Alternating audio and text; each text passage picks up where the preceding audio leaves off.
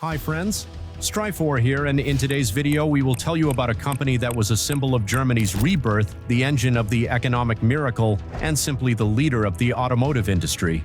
But today everything is different.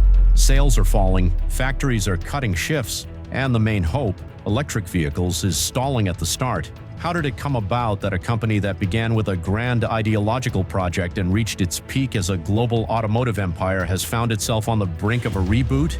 To understand this, we need to go back to the very beginning, back to those times when the word Volkswagen meant something completely different. And before we begin watching, let's ask you to subscribe to our channel and turn on notifications so you don't miss other interesting videos. Volkswagen, das Auto. Volkswagen translates from German as people's car, a name that describes the essence of a project created under the Nazi regime to create an affordable car for every Aryan householder. Originally, this idea was not about economics, it was about ideology, mass mobilization, and control. By the way, the designer of the people's car was the well-known Ferdinand Porsche, father of Ferry Porsche, who founded the famous family marque. The stories of these two brands will intersect again more than once, but we'll return to this later. Volkswagen was born as part of a propaganda machine, and when the Nazi regime collapsed after World War II, it seemed that Volkswagen, like its technical offspring, would vanish into oblivion. But history had other plans.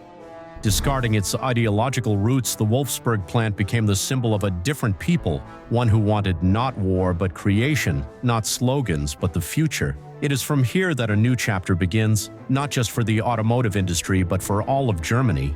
This chapter was named the German economic miracle. This miracle was not magic but a combination of factors: Marshall Plan aid, currency reform, labor discipline, and engineering obsession. But for the miracle to become visible, a symbol was needed, and that symbol became the Volkswagen Beetle. It gained a second life, already without the political baggage. The small car with an unusual shape became a factory on wheels. Each Beetle sold meant a job, supplies of steel and rubber, infrastructure development, export, and budget revenues. In 1955, the 1 millionth Beetle rolled off the production line. Thus, in 10 years, Volkswagen went from a ghost of war to an efficient automobile industry. At the same time, active expansion began. Export markets opened in Sweden, the USA, and other countries. The famous factory in Hanover was built, where they began producing the Volkswagen Transporter, a minivan that became iconic among very different segments of society, from hippies to small business. By the early 1960s, the Beetle had turned into a world symbol of the affordable car, taking the lead in sales volumes in dozens of countries, including the USA. It surpassed the production record of the Ford T, becoming the most mass-produced car in history. Total sales of the model subsequently exceeded 21 million units. In the same period, Volkswagen acquired Audi, expanding its brand portfolio and engineering resources. By the early 1970s, competition from Japanese automakers and new European models with front-wheel drive and front-mounted engines was rising. Volkswagen's answer was the Golf. It became Volkswagen's first mass-market car with front-wheel drive and a transverse engine layout. The legendary Giorgetto Giugiaro worked on the design, and the model immediately received recognition for its modern appearance and practicality. The Golf's success was almost instantaneous. It appealed to Europeans and became the logical choice for those who grew up with the Beetle but wanted more comfort and dynamics. Subsequently, other iconic models appeared: Passat, Scirocco, and Polo. These models laid the foundation for Volkswagen's new strategy: diversity, technological sophistication, and future orientation. With the end of the Cold War and the opening of new markets, global prospects opened up for Volkswagen. In the 1990s, the group set a course for expansion, brand diversification, and large-scale international presence. The group included Spain's Seat, Czech Škoda, luxury cars Bentley, Lamborghini, and Bugatti, as well as commercial brands MAN and Scania. And already in the early 2010s, it was strengthened by the purchase of the Ducati motorcycle brand and the merger with Porsche. We want to dwell on this deal in more detail. It was complex and multi-staged. At the beginning of the century, Porsche itself began buying Volkswagen shares, having acquired half of the group's shares by 2008 and planning to increase its stake by another 50%.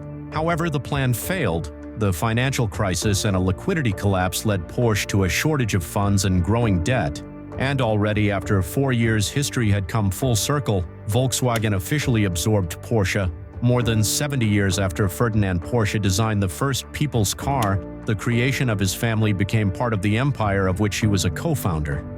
However, not everything is so simple.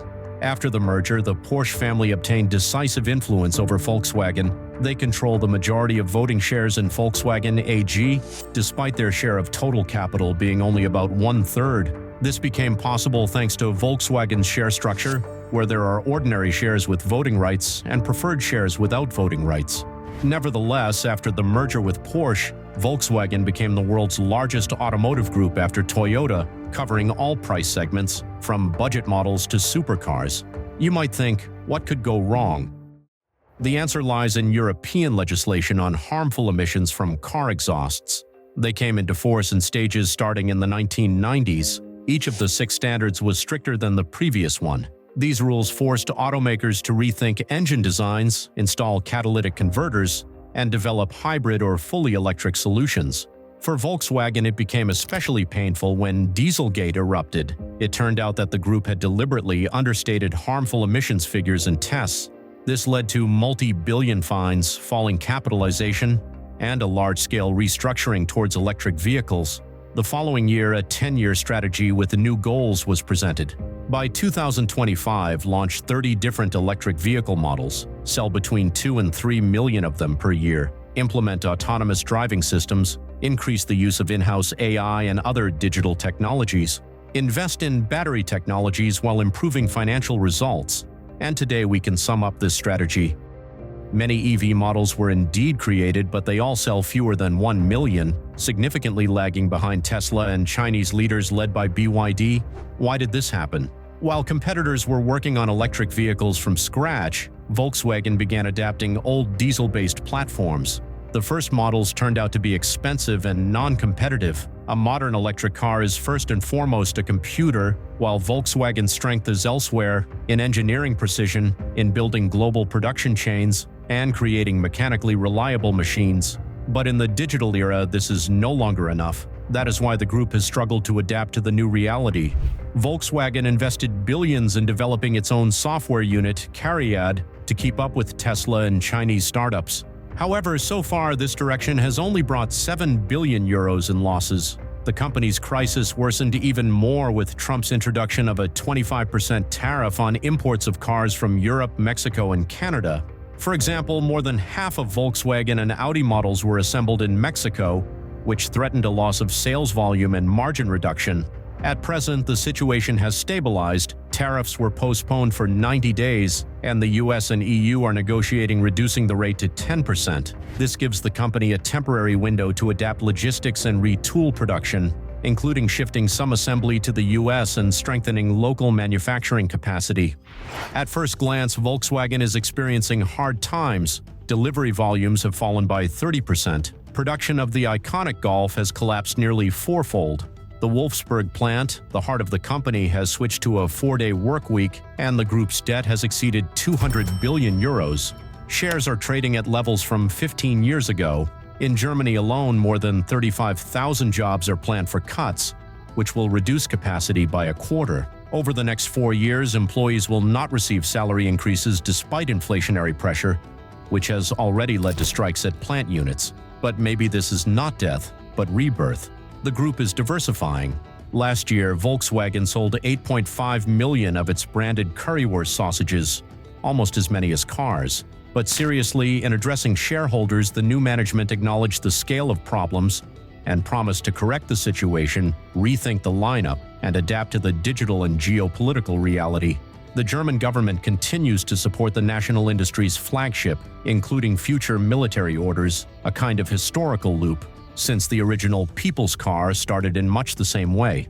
Volkswagen still maintains a high share in China and the USA, although even lowering prices on electric vehicles does not allow it to compete with Chinese brands, which are cheaper, faster, and more aggressive in innovation. Nevertheless, the company hopes to preserve its share by 2030, while Tesla, its main competitor, also has problems exacerbated by Elon Musk's political antics. The Chinese industry observes this with undisguised pleasure, strengthening its dominance in the EV race. And what do you think? What awaits Volkswagen in the future? Adaptation and new technological successes, or stagnation in the shadow of young startups? Write in the comments. We hope you enjoyed the video. Like, comment, and subscribe to our channel so that you don't miss other interesting episodes.